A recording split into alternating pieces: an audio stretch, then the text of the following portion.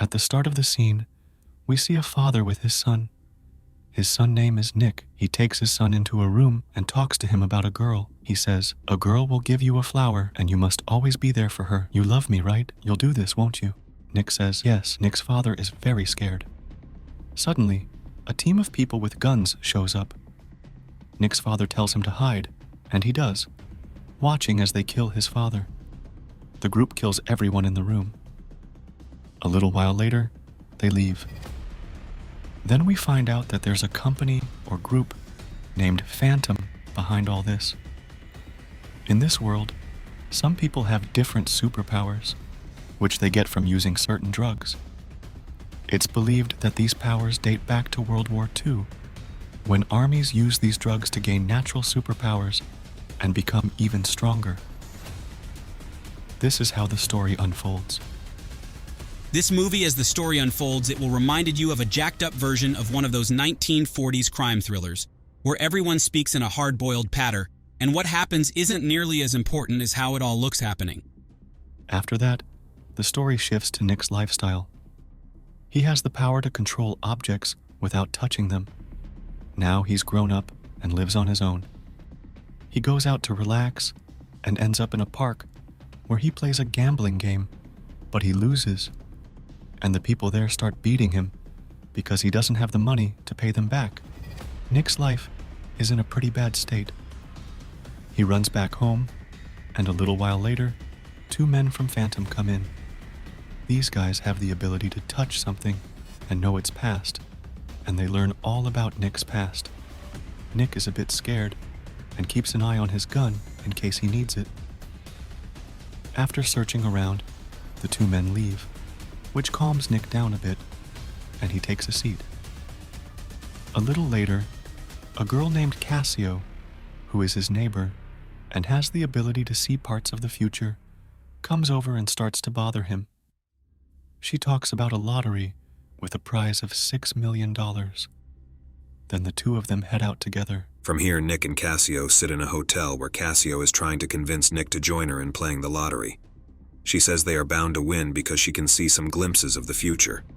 However, Nick doesn't trust her and begins to leave, but Cassio follows him. Suddenly, Cassio starts having visions of Phantom's people, indicating that they are tracking them and are nearby. Nick immediately grabs Cassio and they both run, but they get surrounded by Phantom's people who all have different superpowers. Despite their efforts to escape, the Phantom agents find them and capture Nick, while Cassio manages to escape.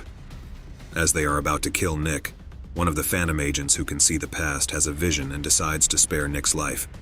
The Phantom group leaves, and the story continues from there. After a while, a girl comes to Nick, and Cassio sees her, pointing a gun at her. The girl grabs Nick and uses her power to show him a vision from the past, healing him, then leaves, giving him a flower before she goes. When Nick regains consciousness, Cassio tells him everything that happened. This is when we learn about Cassio's mom, who was captured by Phantom because she was the best watcher with an incredible ability to see into the future. That's why Phantom kept her imprisoned. As Cassio and Nick talk, Cassio gives Nick the flower, triggering memories from his past.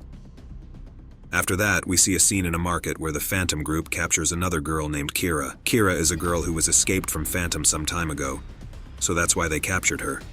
While they're on the way, Kira says she needs to use the bathroom, so they stop at a hotel. Kira goes to the bathroom, but she's actually planning to escape. She has the power to control people with her eyes, so she uses this ability to show a vision to the Phantom agent, taking control of him. The agent then kills his partner, allowing Kira to escape.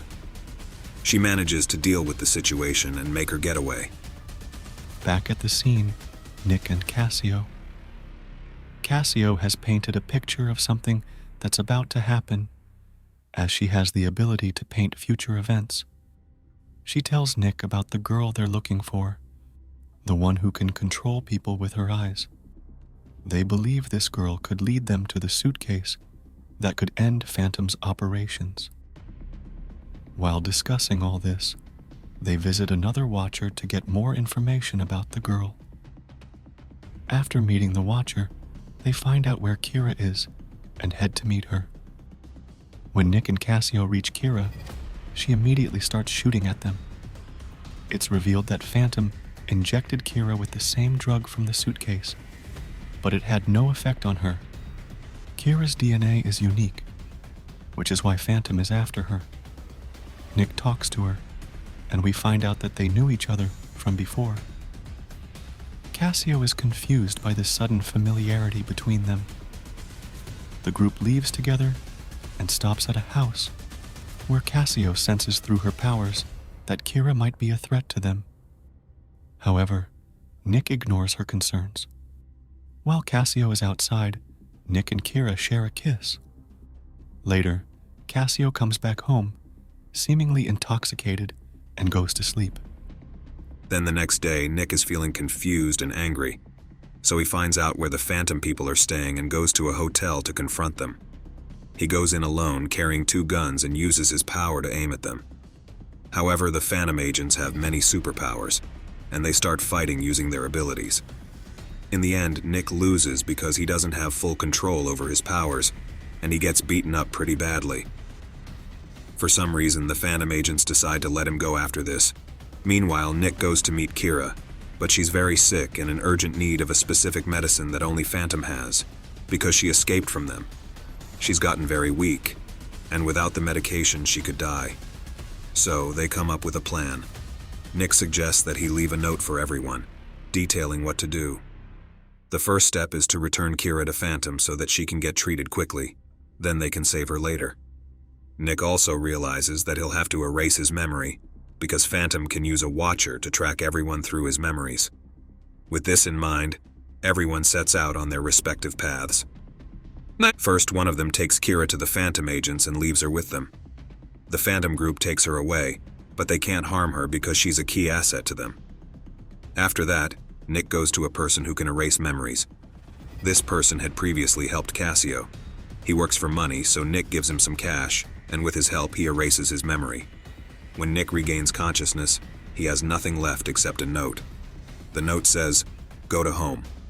Following the note, he heads back home. On the other side, Cassio and another person team up to find the suitcase. They manage to reach the location and successfully steal it, but they don't know that Phantom's watcher is keeping an eye on them, tracking their movements. According to the note, Cassio delivers the suitcase to Nick's house. It's a fake. Cassio plays a clever trick by hiding the real suitcase somewhere else and placing the fake one at Nick's house. A little while later, Nick arrives home, and he's alone there. Meanwhile, on the other hand, we see Kira. The Phantom agents start explaining things to her, using their powers to bring her under their control. They tell her that they all used to work as part of the same team and live together. The Phantom officer admits that he was the one who conducted tests on her, knowing she wouldn't be harmed, and that her memory had been erased. Meanwhile, Phantom agents arrive at Nick's house and take the fake suitcase. Shortly afterward, Nick and Cassio meet, and everyone is following their respective notes. At one point, Nick meets Kira, but she's now under the control of the Phantom group. They are manipulating her. During this, another team arrives, searching for the suitcase. A fierce battle breaks out with everyone using their powers to fight. Nick manages to escape in the chaos. Later on, we see that Cassio hid the real suitcase, and now the group is safe. They're relaxing, enjoying some downtime. Meanwhile, Kira finds a written note, which triggers her memories, bringing back recollections from the past. And that's how the story ends. The movie makes an interesting attempt at being half action thriller, reminiscent of a Bourne movie, and half superhero blockbuster. In the tradition of the X-Men, Chris Evans and Dakota Fanning are the nominal stars, and Jimon Hounsou makes an appearance, proving yet again that what he really needs more than anything is a better dialect coach. So do let us know in the comment, how is the recap?